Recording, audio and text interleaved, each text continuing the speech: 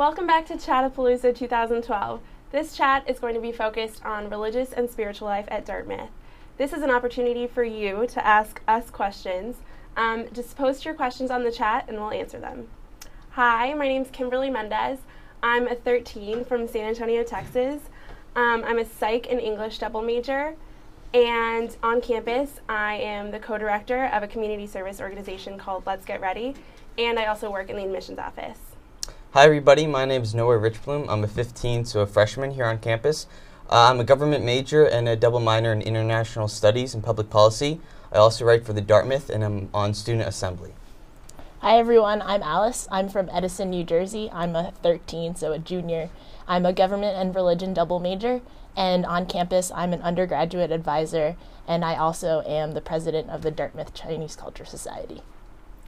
Great. So right now we're just going to talk with you a little bit about the Tucker Foundation, which is an organization that sort of governs all the community service and multi-faith organizations on campus. Alice, do you want to speak a little bit about your involvement with Tucker? Sure. I've been involved with Tucker since, well, most extensively since my sophomore year, and my involvement there was mostly with the alternative spring break trip program, which is like there are, I think, 6 or 7 different spring break trips that go to various places across the country, and the one I went on the first year was to San Francisco. It was called the Faith in Action trip, so it was an interfaith group that went to San Francisco, and we worked on the issue of homelessness with youth and families in the Bay Area, and this year I led the same trip, except it was to DC, and it's been honestly one of like the most meaningful experiences of my Dartmouth life. It's just really nice to have 10 days unadulterated by academics and stuff, to really get to know like 15 other people, do meaningful service work, and then just reflect and have like really nice interfaith discussions that we don't really get to do much while we're like in the whole school mode. So it's been really, really fun, and I just got back from it, so I'm still on like a really huge high from like working with really cool people. Yeah, great. Yeah, in terms of Tucker, I'm involved in Hillel, which is the Center for Jewish Life. And what I really like about it is more than being a religious center, it's also a great small community. So they have events actually every night of the week. And it's just one of those places, you know, on Friday nights, a nice place to escape to, have a nice dinner, and meet some people. So I've really, in terms of Tucker, enjoyed both the religion as well as the community side of it. And another thing that I've noticed, which is nice through Tucker, is that something that I'm going through now, is that if you're interested in a community or a religious-based internship or off-campus experience, which I think they talk about in maybe one of the earlier chats, but they will actually give you funding and support. So not only is Tucker really prevalent on campus, but it gives you many opportunities to explore religion and spiritual life outside of Hanover as well. Great. We do want to remind you just right now to post your questions if you have any about the Tucker Foundation or about religious and spiritual life on campus, because we will be answering those questions throughout this chat. So just a little bit about another religious center on campus that I'm involved in, which is the Aquinas House. That's the Catholic student organization, and we have masses there daily, also other activities such as retreats. We have weekly dinners. So it's just another way that you can get involved in religious and spiritual life on campus. Here's a question that we're getting. Is there a mosque near campus? And how active is the Muslim Student Association on campus? Can either of you speak to that? I don't know that there's a mosque near campus, but I know that in Rollins Chapel, which is on campus, there are like multiple I guess rooms in the chapel that are used for like various different religious groups. So I know that I'm pretty sure that the Muslim Students Association meets there, and then also there's a Hindu Students Association that meets there as well. So there are a lot of spaces within Rollins Chapel, which is like kind of the non-denominational kind like spot on campus that they reserve for students of different religious backgrounds to practice in. Okay, great. Another question that we just got is, are Bible study groups available at Dartmouth? Alice, I know you said that you were involved in sort of multi-faith activities on campus. Do you know anything about study groups? I'm not sure if there's like a structured Bible study group. Would you? Yes. There are multiple Bible study groups on campus. Okay. for different religions. So, for instance, one I'm involved in is every Tuesday night there's Torah study at Hillel. But there are similar groups for other organizations, and I actually think that there will be information posted on the chats about those. But each organization in general will have some form of Bible or script study group, which serves as a component in addition to the regular religious services as well. Okay. Yeah. I know also at AQ they have women's groups that have discussions solely for women, and they also have Bible study groups weekly in a different location. So let's see. The next topic I think will be dietary restrictions. So if we'll just talk about how GDS is addressing the nutritional values of the new dining plan, the new 53 Commons that we have. I know I've looked on the internet a few times, and they do post the nutritional facts now. So they have all that on the internet daily, and it's updated weekly with the new menus. So I definitely think that Dartmouth is making a new push for nutritional awareness, I guess. And I'm almost positive there's a nutritionist available on campus to address any health issues like that. So that's one thing.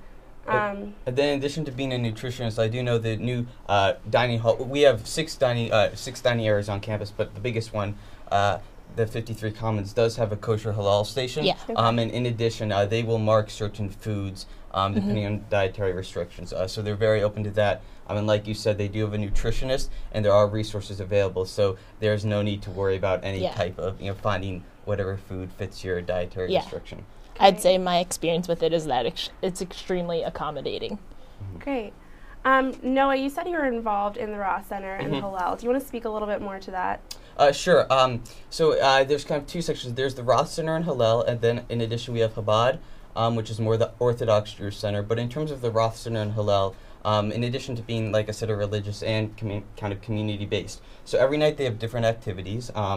They will have services on Fridays and Saturdays, but then, for instance, every Thursday night, there's dinner simply for freshmen just to get to know each other, and there's activities and games.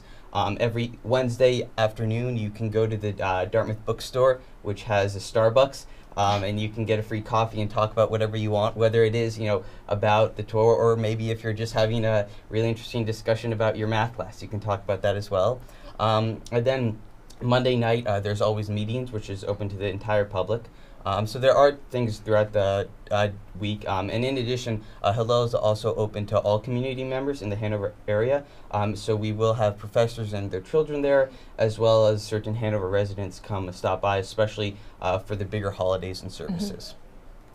Okay, great. Alice, do you want to talk a little bit more about your involvement in the multi-faith activities and Rollins Chapel and the things that you've been involved in? Sure. So on campus, besides doing the alternative spring break trip stuff through Tucker also has a MultiFaith Council, which meets every Tuesday in the evenings, and we just all have dinner together. And we just talk about kind of very, I guess, abstract kind of things. The most recent MultiFaith Council meeting was about vocation and how we, using our spirituality and our faith context, come to find what's the job or what's our calling, and what we want to do after graduation and things like that. So it's very loosely structured, and what I really love about it, kind of like what you guys have been saying about the organizations you're involved in, is that it just really builds a really strong sense of community, and especially around interfaith dialogue. That's so meaningful, and I think very rare elsewhere. It's just really nice to come together with people from so many different religious contexts and speak so honestly about issues that affect all of us. Vocation is just a very general topic, but it's something we can all come together on and bring our different views into one dinner discussion together. So I really have enjoyed that a lot. Yeah, great. I think we just got a question. It's a little unrelated, but we'll answer it anyways. How do you recommend getting to Dartmouth from the airport? That's a great question, actually. So I'm from Texas, so it takes me a really long time to get to Dartmouth. It's like an entire day adventure. So a lot of people normally fly into Boston, and then there's the Dartmouth coach that picks up literally right outside the baggage claim at Boston Logan Airport. And it's about a 3 hour drive on the Dartmouth coach from the airport. Drops you off right on campus, right in front of the green. So that's pretty much the easiest way to get here. There's also, I know there are like Greyhound buses that can get here from around the New Hampshire area if you're flying into like a Manchester airport or something like that. But I think the most popular choice is flying into Logan and just getting the Dartmouth coach. The Dartmouth coach also has a daily bus to New York City. So if you fly into there, I think they pick you up right near Grand Central Station. So that's an easy alternative too. One more question is, what is your favorite part about spiritual or religious life at Dartmouth? So I can start. I mean, for me, I think we kind of talked about it a little earlier, but the reason why I was attracted to Hillel was really for the community aspect. And it's a great way, starting at Dimensions, really, but also your first week on campus, to find people with a similar background or interest to you, and just connect. And what's nice about it for me is they're a group of people who are always willing to talk about really anything, and they're also there kind of throughout your entire Dartmouth career. So whether you switch from being a government major to a math major, you know, I'll still have Hillel there to go to Friday nights if I want. So for me, it's just kind of the relaxed community aspect that's a constant for me. Yeah. Great. I'd say I had like the opposite sort of experience, is that religion wasn't something that I was really exposed to before I came to Dartmouth, but I found an academic interest in it. So one of my majors is religion, and I just like really wanted to get to know more. And so the best way that I was able to do so was through all these other programs and organizations where there were just like such a huge congregation of people who were interested about talking about their spirituality and how it's helped them and like what it's meant to them to discover their religious life at Dartmouth. And so having all of these like organizations that are totally accessible to anyone who's interested at all has been really meaningful for me, because I've just been able to like explore it so much more. I think to what you were saying, Noah, about having that community, I think one of my favorite things about the Aquinas House is the fact that you don't always have to go there just for mass or something religious or spiritual. They just, last year they just actually sort of renovated a space in Aquinas House to make like a little coffee house. So now you can go there to study, you can go there to just hang out with friends. They also have, like I said, weekly like little community dinners. So there are a lot of different activities that you can get involved in at your religious or spiritual center that don't necessarily have to be times of worship or something like that. So yeah, it's really become sort of a community, and yeah, I think that's my favorite part about that. So see, we got a question. Can you elaborate on religious and spiritual academic opportunities? I think maybe that's a little bit what you were talking about, Alice, with your ASB. Yeah. So, well, I'm going to do the academic part of it first, I guess, is I came, like I said, I just came to Dartmouth not really having any sort of religious context. And then my first term here, I was encouraged by my DOC trip, my first year trip leader, to take a religion class because he was a religion major, and just kind of explore. And I took it and I absolutely loved it. It was called bioethics, and it was about like our like religious context in sort of like medicine, modern medicine, and things like that. And it was just awesome. So I continued taking religion classes like just about every term until I realized, wow, I'm about to finish the religion major. So it's been absolutely great. I think all of the religion department professors are from various different religious contexts. Some of them are from no context at all, but have just taken extreme cultural interest in the phenomenon of religion. So they're really helpful. It's a really small department, so you really get individualized attention. In terms of Tucker and like alternative spring break trip programs that are more like extracurricular religious and spiritual activities, I think it's just been phenomenal. Like I said, it's really rare that we get to like come together across different religious lines and just talk about things, and that's, I think, taught me more than maybe I could learn from a textbook, because getting to really connect with people, like we've been talking about, I think, continuously throughout this conversation, is the sense of community you get and how much you get to know other people. And Dartmouth students are just generally really accomplished and inspiring, and getting to work with them closely in that context is really awesome. Yeah. And I know in addition to pure academic opportunities, you also have a bunch of co-curricular programs. So for instance, a department like government, the government department will in fact bring in speakers to do lectures, and so the religion departments. And there's even the Tucker Foundation runs weekly lunches, What Matters to Me and Why, which people just kind of have an opportunity to talk. So in addition to the academic side, you have the co-curricular side as well as the extracurricular side. Right. Yeah, that's great. Okay, I think this will be our final question, and it's just a pretty general one. Why did you choose Dartmouth? So one of you guys want to start on this one? Do you want to go first? Sure. I chose Dartmouth. I had never visited Dartmouth before I had gotten in, and it was like one of those last-minute decisions that I was going to make. And I came up with my dad, drove all the way up here from New Jersey, and I set foot on campus, and it was one of those like really quiet winter days, but like it was like winter going on spring. People were wearing shorts and it was like 30 degrees outside, and it was like, this is so strange. But once I really got to talk to students, I realized just like how much they really love this place. I had visited other schools and I had asked like everywhere I went, like, what's your favorite part of what's your favorite part of this going to this school, and what's your least favorite part? And they'd have like a pretty much balanced list. But whenever I talked to a Dartmouth student, it was like, I love like A, B, C, D, all the way X, Y, Z, and like they couldn't think of anything that they didn't like. And so that really just sold me, and I really wanted to be a part of this community. Yeah, and same kind of visiting campus for me. The first part was seeing how much people loved it, but more than that they were willing to act on it.